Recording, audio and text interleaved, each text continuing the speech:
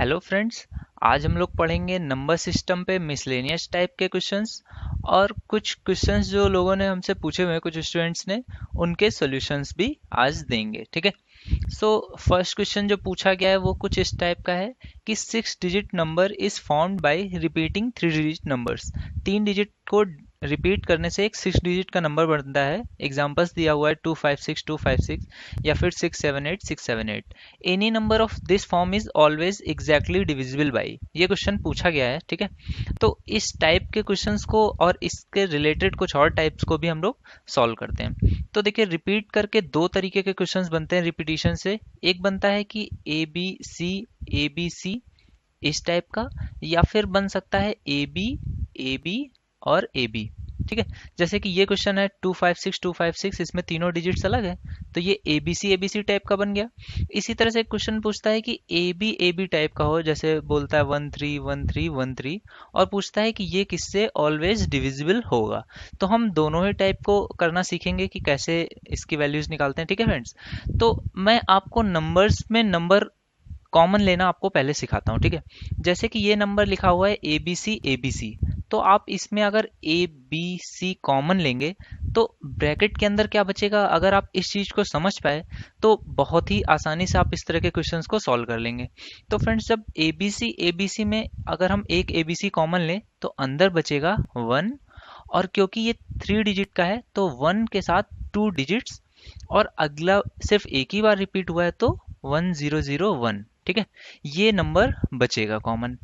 Similarly अगर A B में मुझे कॉमन लेना होता तो मैं ए बी जब कॉमन लेता तो अंदर बचता फ्रेंड्स 10 1 0 1। ठीक है फ्रेंड्स।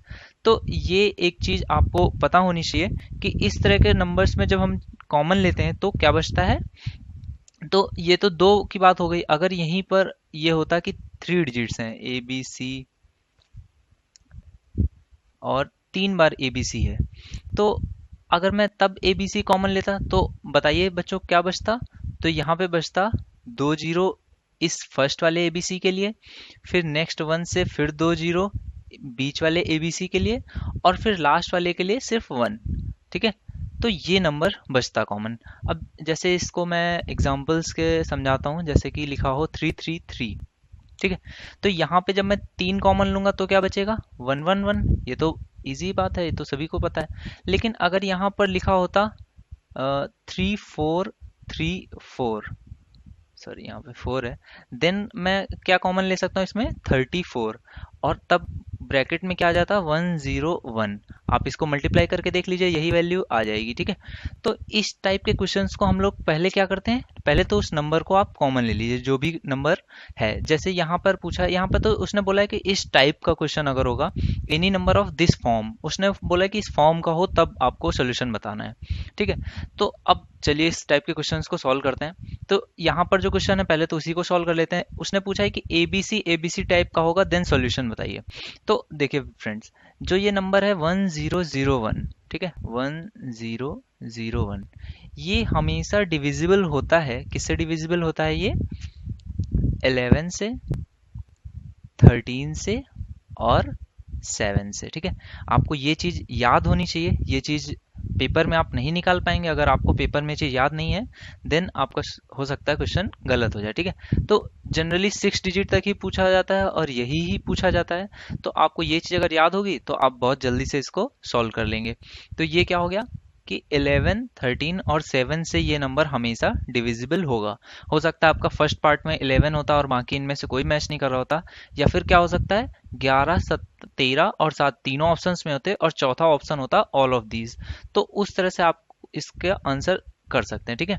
अब क्योंकि यहाँ पर तो सिर्फ क्वेश्चन दिया है, ऑप्शंस दिए नहीं थे, तो इसलिए मैं बता दे रहा हूँ कि यहाँ पर ए बी सी यानी कि ये नंबर किससे किससे डिविजिबल होगा, 11 13 और 7 से, और ए बी सी से भी, क्योंकि ए बी सी भी तो आपने कॉमन लिया है, तो ए बी सी से भी डिविजिबल होगा। अब इस पे बेस्ड जो क्वेश्चन और पूछे जाते हैं मैं वो आपको लिख के दे देता हूँ। जैसे कि यह क्वेश्चन पूछा गया था कि 6 ये ऑलवेज किससे डिविजिबल होगा। ठीक है। तो इसमें आपको क्या करना था, आपने 6 कॉमन ले लिया, तो ये कितना बचा 1 1 1 1 1। ठीक है। अब इसके बाद आप इसमें क्या कीजिए, इसमें वन वन वन और कॉमन लीजिए, या फिर ये वन वन वन जब आप कॉमन ले लेंगे तो ये 666 हो जाएगा। तो ये कितना बचेगा, 1001, ठीक है। और अब देखिए, आपको ये पता है कि 111 जो होता है, ये भी आपको पता होना चाहिए। कई बार सिर्फ यही पूछ लेता है कि 666 जो है ये हमेशा किससे डिविजिबल होगा। तो आपको ये पता हो कि 111 जो होता है वो 37 मल्टीप्लाइड विथ 3 होता है, ठीक है। तो 37 और 3 का मल्टीपल होता है 111, तो 666 किसका मल्टीपल हो जाएगा, 6 का और 37 का और 3 का, ठीक है। तो ये इसके मल्टीपल्स आपको पता चल गए। और 1001 ये किसका मल्टीपल होता है, इसका अभी मैंने आपको बताया कि 11, 13 और 7 का। तो 11, 13 और 7, तो ये भी क्वेश्चन इस पे पूछा जाता है। तो आप इस तरह से क्वेश्चन को समझ गए कि अगर ये पूछा जाता कि 666 का कौन से मल्टीपल्स हो सकते हैं, तो ये सारे मल्टीपल्स जो हैं ये 666 को कंप्लीटली डिवाइड करेंगे। तो अगर ऊपर वाला क्वेश्चन है कि सिर्फ फॉर्म बताई गई है, तो आपने क्या लिया, अंदर वाले नंबर के सिर्फ मल्टीपल्स लिए, यानी कि 11, 13 और 7। तो ये इस तरह से क्वेश्चंस को सॉल्व कर लेंगे, ठीक है फ्रेंड्स। क्या बात समझ में आ गई है? नेक्स्ट क्वेश्चन देखते हैं। अब देखिए ये क्वेश्चन है, इस टाइप के बहुत सारे क्वेश्चंस होते हैं बुक्स में कि if n is an integer then n cube minus n is always divisible by. तो देखिए बहुत ही इजी वैल्यू होती है, बहुत इजी टाइप भी होता है इसको सॉल्व करने का। आपको क्या करना होता है, n की जो सबसे स्मॉलेस्ट वैल्यू हो उसको आप लेके चेक कीजिए। तो देखिए इंटीजर बोला है, तो इंटीजर तो जीरो भी हो सकता है, ठीक है, वन भी हो सकता है। तो if n is an integer, तो इंटीजर की तो कोई भी वैल्यू हम लोग ले सकते हैं। इज ऑलवेज डिविजिबल बाई, तो देखिए जब जीरो लेंगे तब तो आंसर जीरो आ जा रहा है, जीरो ऑप्शंस में नहीं है। वन लेंगे तब भी जीरो आ जाएगा, वन का क्यूब वन माइनस वन, तो ये भी ऑप्शंस में नहीं है। तो हम लोग सबसे छोटी वैल्यू जो पॉसिबल है उसको क्या लेंगे, टू, ठीक है। तो जब टू लेंगे तो इस पे रखते हैं टू, तो टू का क्यूब कितना होता है, एट, माइनस टू, तो ये कितना हो गया, सिक्स, ठीक है। तो जब ये सिक्स आ गया तो ये नंबर जो होगा वो हमेशा सिक्स से ही डिविजिबल होगा। आपको इस तरीके के क्वेश्चन को हमेशा इसी तरह से सॉल्व करना है। लेकिन अगर आपको लगे कि शायद गलत हो सकता है तो एक बार और इसको चेक कर लीजिए। आप नेक्स्ट इंटीजर ले लीजिए, वो क्या हो गया, थ्री, थ्री का क्यूब कितना होता है, 27, माइनस थ्री करेंगे तो ये कितना हो जाएगा, 24। देखिए क्या ये भी सिक्स से डिविजिबल है, जी हाँ है। आपका जब पहले ही आंसर सिक्स आया था तो आप चेक करते तो फोर भी सिक्स से डिविजिबल नहीं है, फाइव भी सिक्स से डिविजिबल नहीं है, सेवन भी जो है वो सिक्स को डिवाइड नहीं करता है, ठीक है।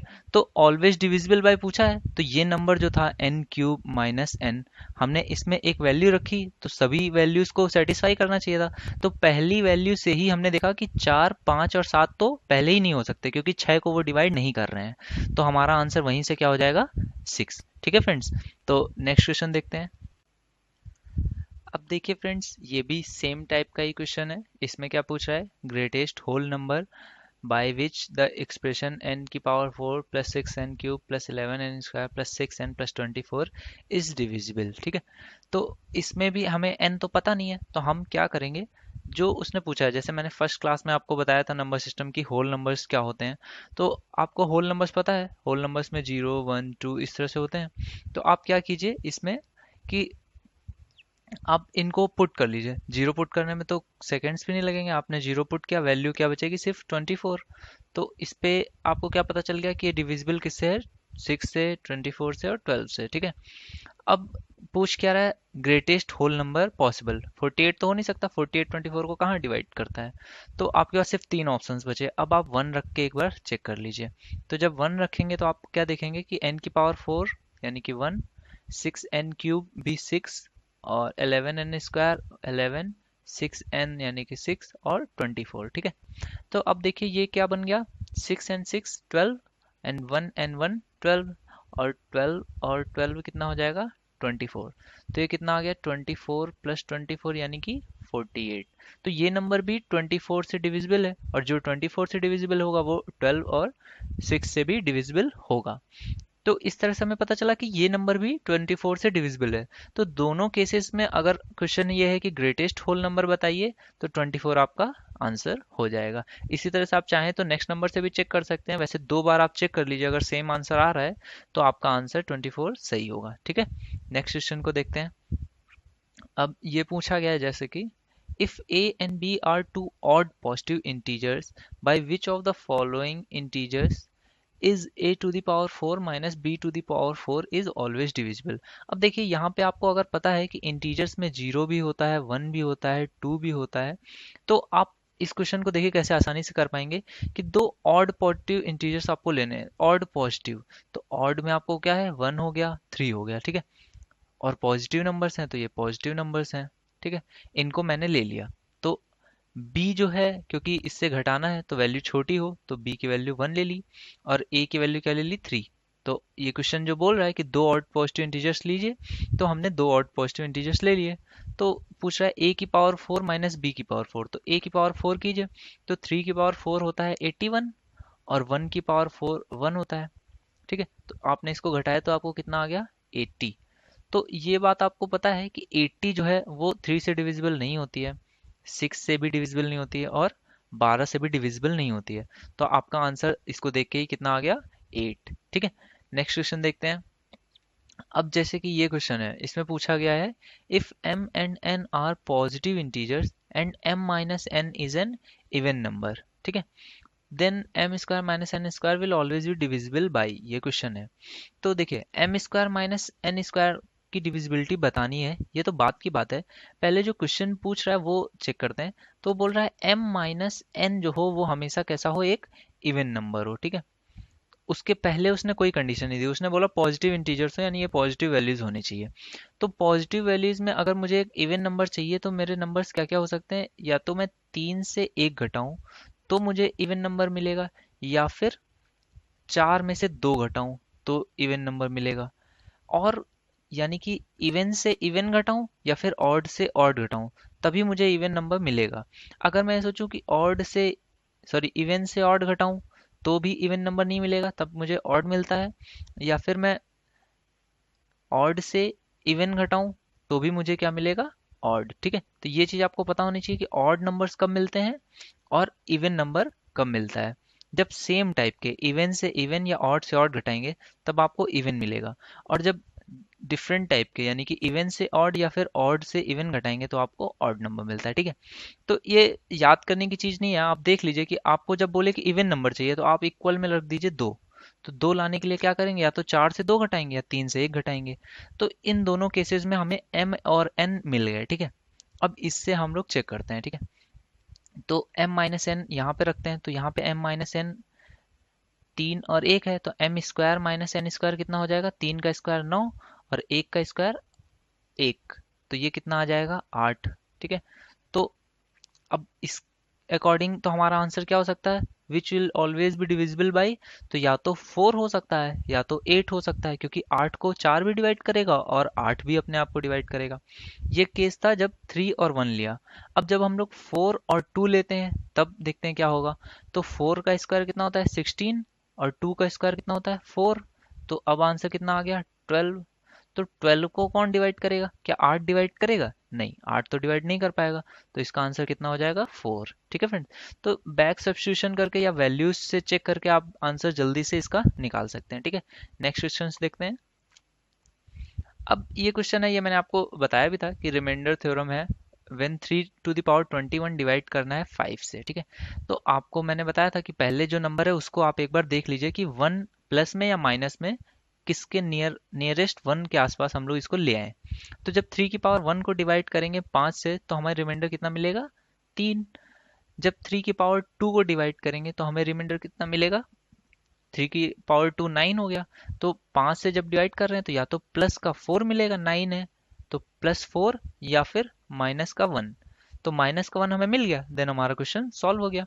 अब हम इसे 3 की पावर 21 को क्या लिख सकते हैं, 3 का स्क्वायर इसकी पावर 10 मल्टीप्लाइड विथ एक और 3, तो ये 21 बन गया। अब इसको 5 से आप डिवाइड कर दीजिए तो ये कितना हो जाएगा, 5 से इसको जब डिवाइड करेंगे तो ये कितना होगा, प्लस का 3 रिमाइंडर, और यहाँ पर जब डिवाइड करेंगे तो -1, और उसकी पावर कितनी है, 10।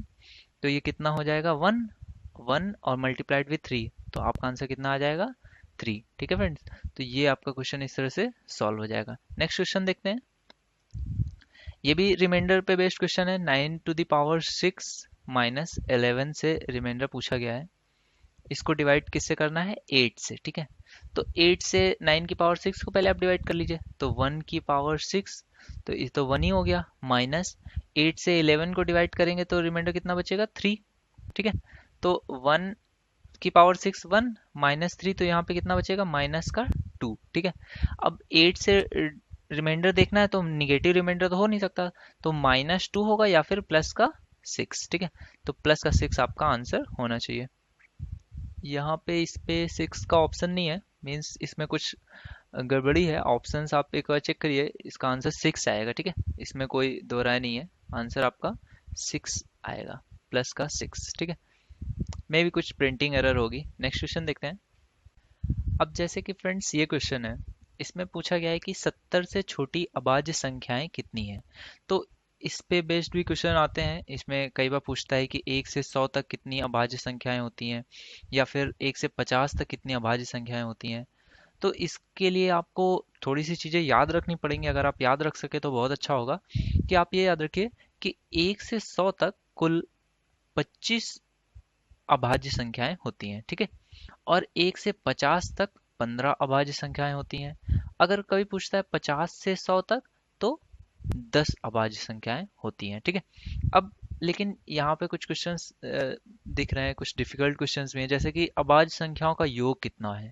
तो यहाँ पर तो आपको एक एक अभाज्य संख्या को काउंट करके ऐड करना पड़ेगा, क्योंकि इसके लिए कोई शॉर्ट फॉर्मूला नहीं होता है, ना ही कोई भी प्रोग्रेशन बनेगा कि आप उसको एक फॉर्मूला लगा के ऐड कर सकें। तो यहाँ पर तो आपको उन्हें एक एक करके ही ऐड करना पड़ेगा। तो ये तो लेंदी क्वेश्चन है। इस क्वेश्चन को मैं आपको समझा सकता हूँ कि इसको थोड़ा सा जल्दी कैसे कर सकते हैं। कि जैसे पूछा कि 70 से छोटी अभाज्य संख्याएं कितनी हैं, तो आपको पता है कि 1 से जब 50 तक जाते हैं तो हमें पता है कितनी अभाज्य संख्या होती हैं, 15। ठीक है, 50 से 70 तक में मैं आपको एक छोटी सी चीज बता देता हूँ। जैसे कि 10 की एक रो होती है, 1 से 10 तक, 1 to 10 जब हम लोग जाते हैं। ठीक है, सिमिलरली 11 की रो होती है, 12 की रो होती है, सॉरी 12 बोल रहा हूँ, 21 की रो होती है, 31 की रो होती है, 41 की होती है, 51, 61, 71, 81 और 91। ठीक है, ये रोज होती हैं। तो आप इसमें एक चीज अगर याद रख सके तो बहुत अच्छा होगा कि फर्स्ट और सेकंड रो में चार चार आपके प्राइम नंबर्स होते हैं। ठीक है, सिर्फ फर्स्ट और सेकंड में 4 होते हैं, बाकी में 3 और 2 का रेशियो चलता है। तो जैसे देखिए, सेकंड सॉरी थर्ड जो रो होती है, 21 की जो रो होती है, इसमें आपके सिर्फ दो इंटीजर्स होते हैं। इसमें दो इंटीजर्स होते हैं, अभी मैं बता भी दूंगा आपको कौन कौन से। 31 में भी दो होते हैं। ठीक है, 41 की रो में 3 इंटीजर्स होते हैं। फिर 51 में दो होते हैं, 61 में भी दो इंटीजर्स होते हैं, और फिर 71 में कितने होते हैं, 3। ठीक है, और फिर से 81 में दो होते हैं, और 91 की रो में आपको याद रखना है कि सिर्फ एक इंटीजर होता है और वो होता है 97। ठीक है, तो देखिए, आपको अगर सिर्फ नंबर्स पूछे जाएं तो आप इस तरह से लिखेंगे, यहाँ पर 1 लिख लीजिए क्योंकि एक इंटीजर होता है।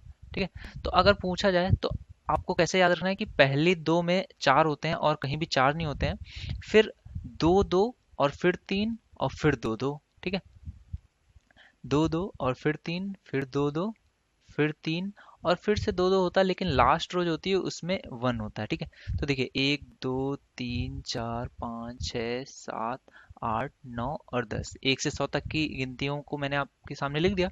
अब इसमें ये है प्राइम नंबर्स कितने होंगे। ठीक है, तो अगर आप इस तरह से इस नंबर को सिर्फ याद रख सकें तो आपको कभी भी पूछा गया कि 50 से 70 के बीच में कितने होंगे, या 1 से 90 के बीच में, या इस तरह से कोई भी क्वेश्चन पूछा जाएगा तो आप जल्दी से इसको सॉल्व कर लेंगे।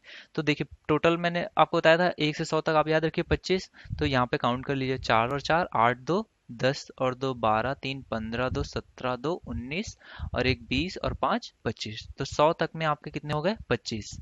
ठीक है, अब पूछा क्या गया, 70 से छोटी अभाज्य संख्याएं कितनी है। तो आपको पता है 70, यहाँ तक 70 होगा, तो यहाँ तक आप काउंट कर लीजिए, 4 और 4 8 और 2 10 और 2 12, 3 15, 2 17 और 2 19। तो आपका आंसर इसका कितना आ जाएगा, 19। ठीक है, इस तरह से इस क्वेश्चन को सॉल्व कर सकते हैं।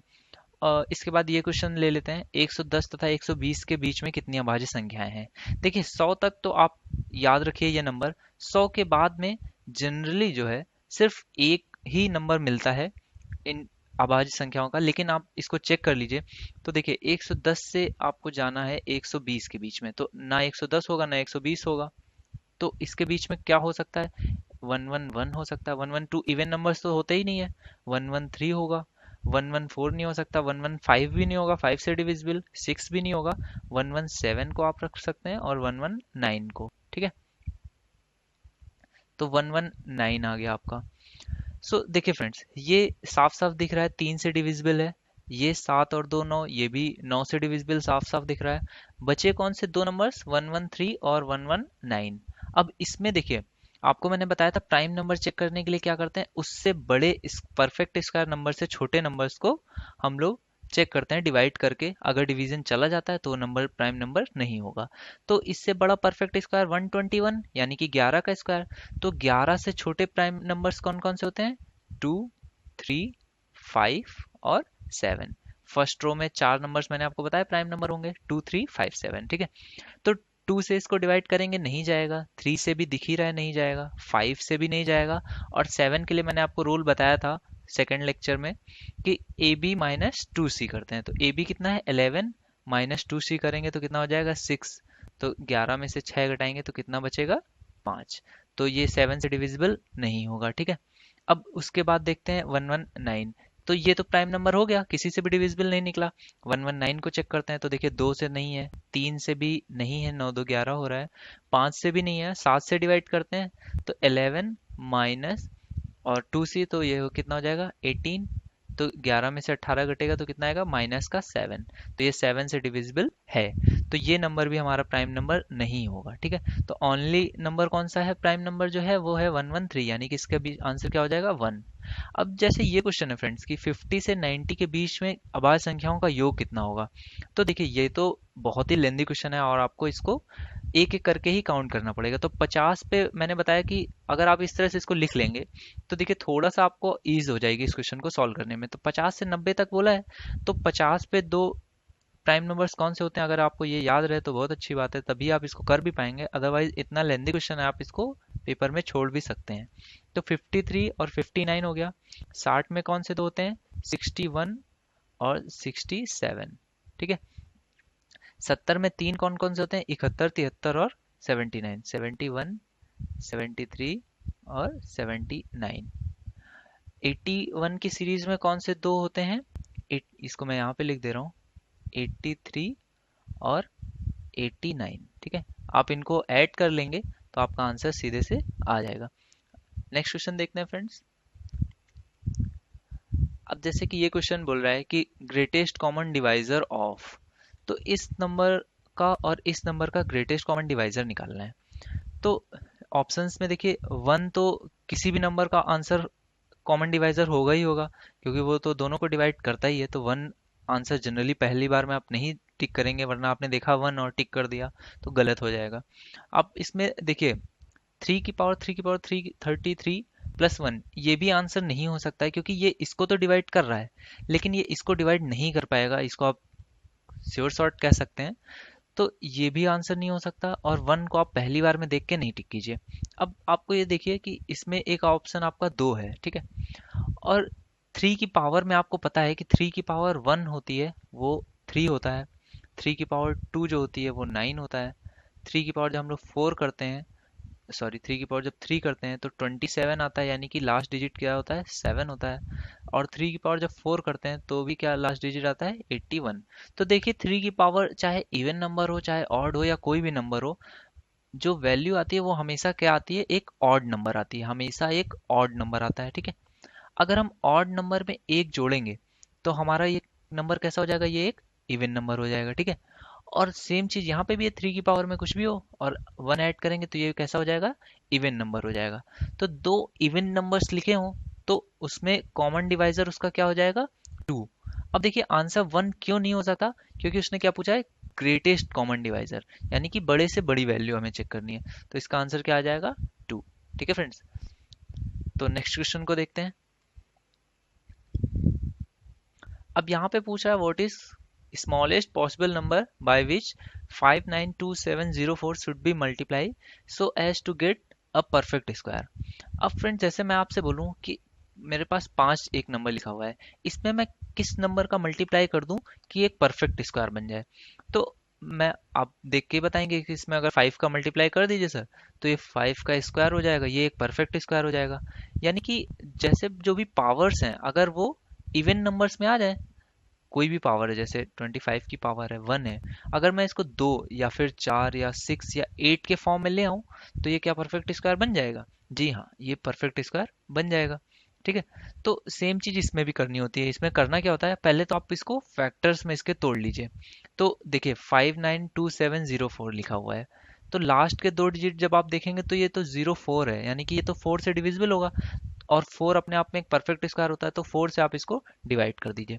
तो जब आप इसे 4 से डिवाइड करेंगे तो एक बार जाएगा, वन, सॉरी यहाँ पे 148,176, यहाँ पे मैं आपको सीधे वैल्यूज लिख रहा हूँ, ठीक है।